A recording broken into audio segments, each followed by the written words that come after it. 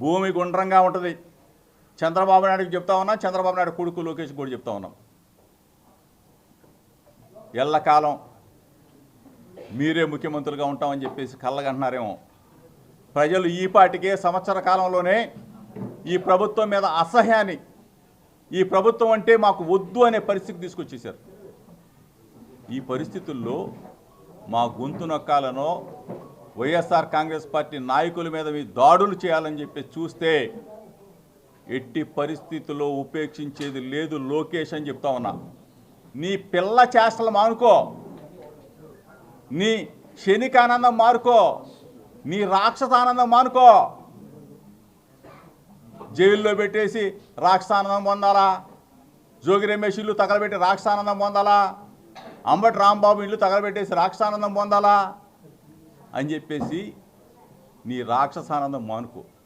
దయచేసి చెప్తా ఉన్నా, ప్రజాస్వామ్యాన్ని పరిరక్షించే రాష్ట్ర ప్రజలకు కూడా మీ ద్వారా విజ్ఞప్తి చేస్తా ఉన్నా.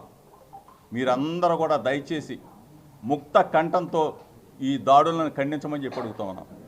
ఫేక్ కేసులు పెడతా ఉన్నారు, అకారణంగా జైలు జీవితం కూడా అనుభవించాం.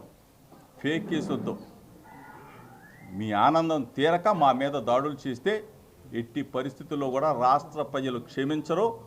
వైఎస్ఆర్ కాంగ్రెస్ పార్టీ శ్రేణులు మొత్తం కూడా ఈరోజు ఏకతాటి మీదకి వస్తాం, మిమ్మల్ని ఎదుర్కొంటాం. మేమంతా కూడా కలిసికట్టుగా ఉంటాం. జగనన్నని మరలా ముఖ్యమంత్రి చేసే వరకు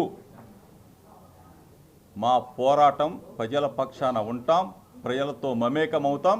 వైఎస్ఆర్ కాంగ్రెస్ పార్టీ జెండాన్ని రెపరెపలాడిస్తాం.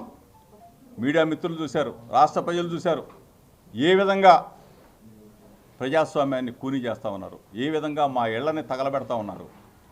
ఇంట్లో మా నాన్నగారు ఉన్నారు, నా భార్య, పిల్లలు ఉన్నారు.